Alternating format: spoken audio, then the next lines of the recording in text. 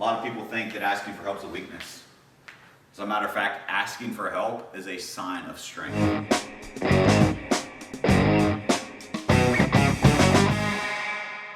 Being around high performers, what he's realized is the people that perform at the highest levels are the ones that are quickest to ask for help. They don't debate about it. They don't sit around and, well, should I? The minute it pops in my head, oh, there's someone that can do that at a higher level than me, instantly, hey, Ryan, can you help me with this? The quicker you ask for help, the quicker you get results. That's what successful people do. What did John share about the biggest masterminds in the world that he's a part of? Like, the biggest in the world that he's a part of. Every single one person there asks for help and raise their hand and say, hey, this is what I need help with. You know what their masterminds consist of? It's a whiteboard session. All right, tell me what your stocks are right now. Let's work through your business. These are people making hundreds of millions of dollars a year. And they start with a whiteboard. Asking the group for help. So why did we become too good to ask for help? Right? Like I think society just, well, if I ask for help, that's a sign of weakness. No, it's not. We all need help. Anything else on that? Tying in, you know, I get it. I used to babysit and hover over files too. No one on the team is going to be perfect, and so there are going to be times where we have growing pains, or we're bringing new people in and we're adapting and we have to pivot. And if you give yourself or give the other person grace, just like you would want to receive grace, and if you communicate, hey, here's a gap that I think needs filled, here's an area where we need to improve so that I stop babysitting files, that one thing could change everything in your business. Ryan has the same hours every single day as every single one of us. If you guys want to do what Ryan He actually has less because he's got Terminator arm. Takes him longer to do things. Yeah. So all of us have the same amount of time in the day. It's just we are all choosing to do things differently with the time that we have. Really good. All right, I'm going to move into avoidance. When I say avoidance, what does that mean to you guys? Running from something. Running from something? Absolutely. What else? When you avoid things, what are you doing?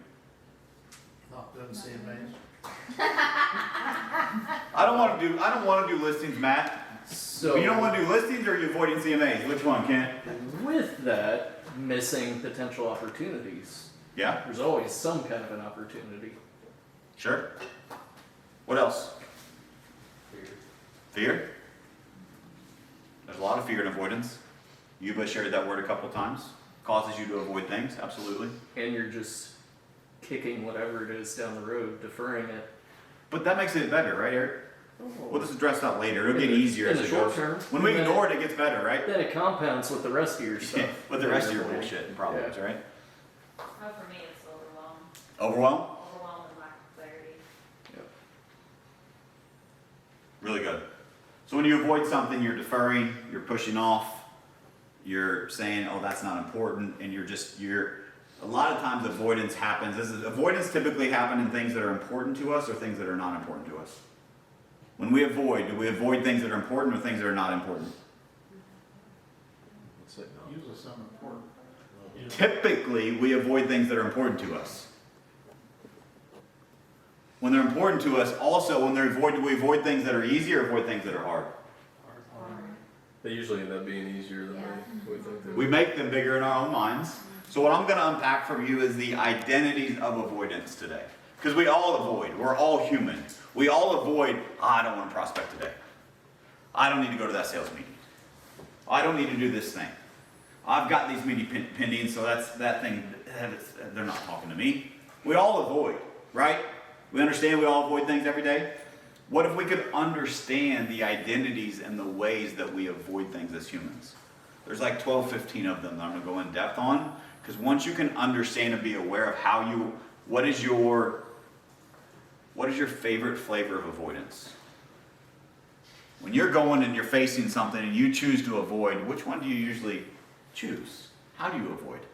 And when you can understand that that's what your typical go-to is, it's way easier to be aware of it, which you can change and pivot from it. Does that make sense? All right, so we'll start with number one, identity of avoidance. The first avoider is the over planner. Well, I need a better plan first. I I don't have a list for that. Look at Nicole, she's guilty. I can see it all over her face. Spreadsheet. Yeah. I don't, He's like, how many pages do you write for this? I said, she said 20 minutes. He's like, I'm like, you understood me, Simon. and so that part of, I want to delineate two separate things. Like your personality is your personality. So if you need a plan, you need a plan. But it becomes a problem whenever you use that as a crutch to avoid the thing you know you need to do. That's why I want to make sure I separate those two. But have you ever used, I got to have a better plan to prevent from doing something? I can't prospect because I need to have a better plan for prospecting, sorry. Right? Like, I can't do this thing because I don't have the perfect plan yet. And reality is, if you do the thing, your plan comes to you. Does that make sense? So the overplanner is number one. And that is caused by fear of failure, causing you to overplan. You're afraid of being exposed, specifically being exposed and other people thinking that you are incompetent. Because your identity is tied to someone who plans really, really well. And so if you come somewhere unprepared, what are they going to think? that's got my name all over it. I hope I can bring awareness to it, because then once you're aware of it, guess what? Now it's just a choice, right? The next time you catch yourself over planning, that's a trigger. Like, ooh, what am I avoiding? The next, the perfectionist. Does anyone know anyone that's a perfectionist? Does anyone know anyone that says on their resume as that like what makes them qualified is, hey, I'm a perfectionist. I'm really good for this job. I'm a recovering. Like, there are people that think that that is a skill. But tell me, does perfect exist in real estate? Does perfect exist in anything? So, when you say you're a perfectionist, what you're telling me is you probably overthink things. And you're going to use that as a crutch to not execute on things at a high level because you're trying to make it perfect when perfect doesn't exist. Does that make sense? So we use that as a crutch. So here's why people have the perfectionist flavor of avoidance. Fear of judgment and fear of not being enough. Well, if I have the perfect plan, I'll be enough. What can they say? I have the perfect plan. If it's perfect, no one can criticize it. And if it's imperfect, this person that is the perfectionist, they take it personally. Because it was imperfect. Make sense? The next one. The procrastinator. The procrastinator. This one is caused by fear of discomfort and commitment. Anyone afraid of commitment? No.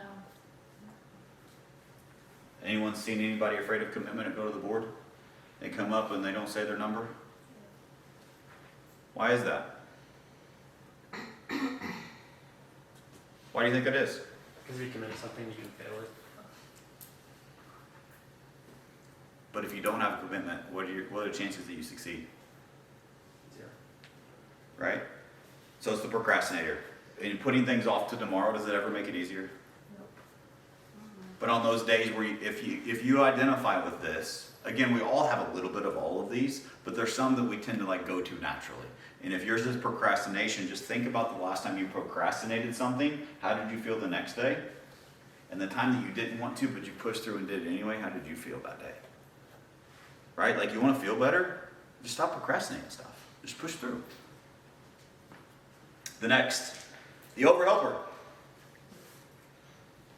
I'm going to avoid my shit because I'm going to help everyone else. Like, Kristen needs my help so much that I cannot make my calls. I got to help Kristen with her stuff first. Does that make sense? You guys relate to some of these? Yep. Cool. So where does that come from? It's fear of facing their own dreams. Fear of facing their own dreams. Fear of success. And also the possibility of failing. Well, if I didn't try it because I was busy helping this person, then I didn't fail. But I'm avoiding the thing that I know I need to do.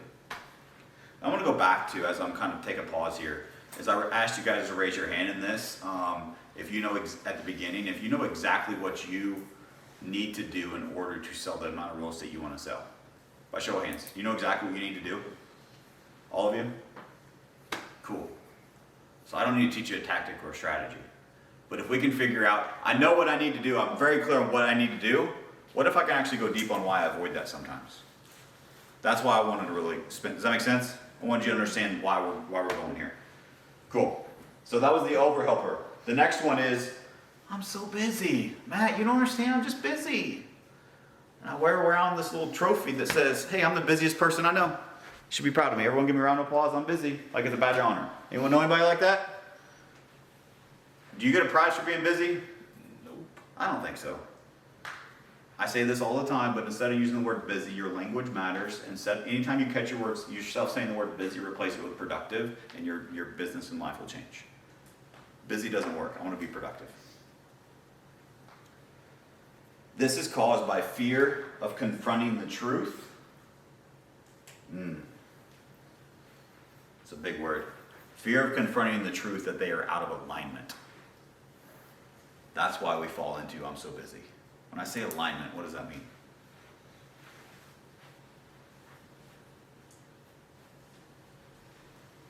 Fear of confronting the truth that they're out of alignment.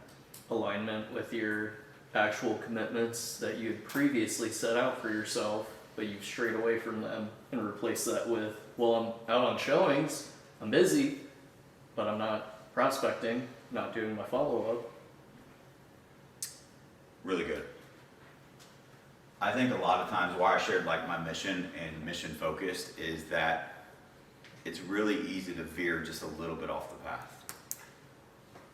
It's really easy to hear this person saying that thing or this person saying that thing or start reading our own press clippings. And it's really easy to get just a little bit distracted. And if we just get a little bit off path and we just keep going down the path, what happens over time? We get further and further away, right? Eventually we're way off path. And it was just a little bit, but we started going the wrong direction. And so when I think of alignment, I think of, am I clear on my mission? And am I actually moving towards it each and every day? And sometimes you need an adjustment and a realignment. Whether that's with your friend circle, whether that's with your spouse, whether that's with your kids, whether that's with your coworkers.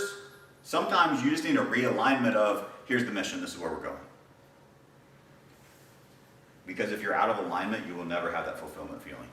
And it'll feel really, really empty. I don't care how much money you have, what the success is, if you're out of alignment, none of the rest of it matters. Next. I love this one. These are my favorite people, this one. I love emotional drama avoider. Give me some drama. Because I want to listen to your drama and your gossip so that I can avoid doing the thing that I know I need to do. Did you hear about so-and-so? Did you hear about such and such? Does anyone have that person in their life? You guys are afraid to admit it. If you don't have that person in your life, you may want to look in the mirror. You might be that person. I'm not going to mention any names because this is being recorded, but you guys all know this person. They didn't work with us, but kind of worked with us for a little bit. And I would go, this person would take me to lunch. And if I wanted something to get out around town, I would literally say, hey, you can't kill anyone. But this is what's happening. And then next thing I know, my phone would blow up and everyone knew. They never knew that I knew.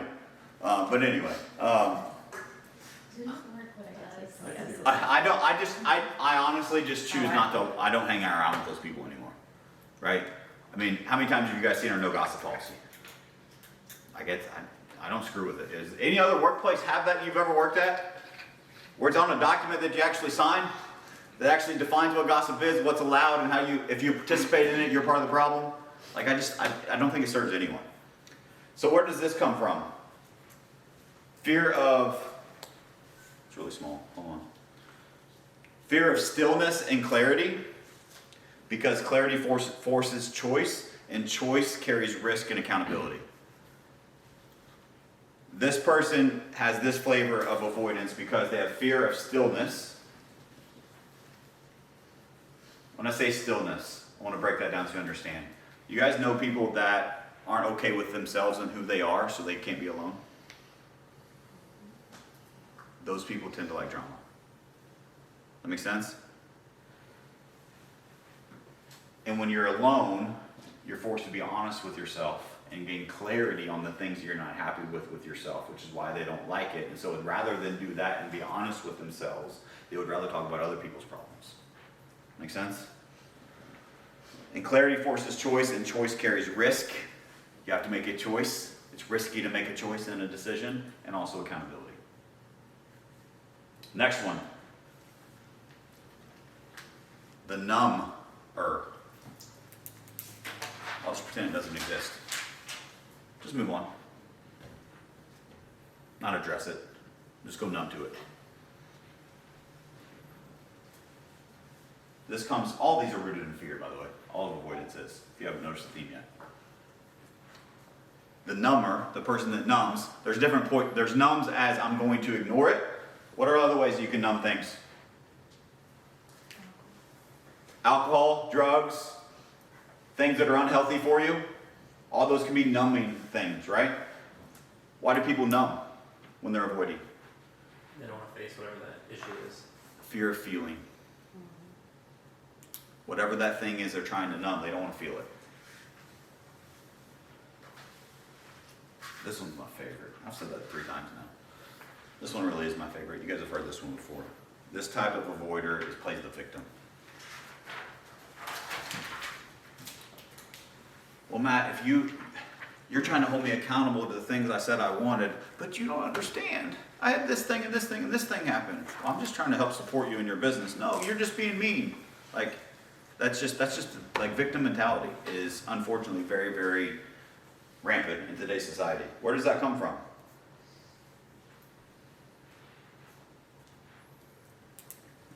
They have fear of power. Sounds weird to say that, but I'll explain. When they play the victim, a lot of times they have the fear of power. Because if they admit that they have control, they have to stop blaming others and start building themselves.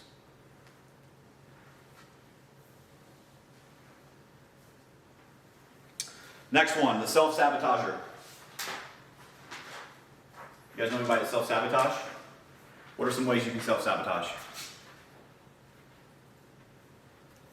Procrastinate and get behind, and then. Sure. Then it's too big of a thing to overcome. Yep, that's one way.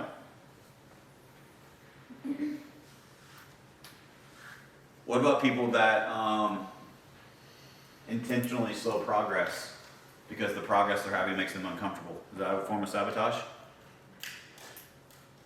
And I'm not saying this to point people out, but I think we've all experienced that. In a growth-based environment like ours, intentionally or unintentionally, we self-sabotage. How do you go from 10 pennies to 2? There was some sort of sabotage in there. You know how to be 10. You chose not to. Right? That makes sense? So where does that come from? If I can get my screen back up. Fear of success and the identity, sound familiar? The identity shift that success demands. Self-sabotagers, fear of success, and the identity shift that it demands. They're comfortable with chaos. Peace and progress feel foreign and scary. So they just sabotage instead. It's easier. Next, the validation seeker.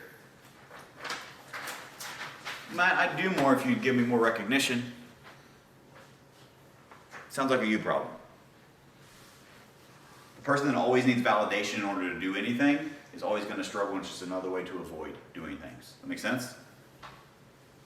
Fear of rejection and being unseen is what this one's caused from. They'd rather get shallow approval, meaning surface level that doesn't really mean anything, just to justify that they're good, than risk the deep rejection of not doing the thing.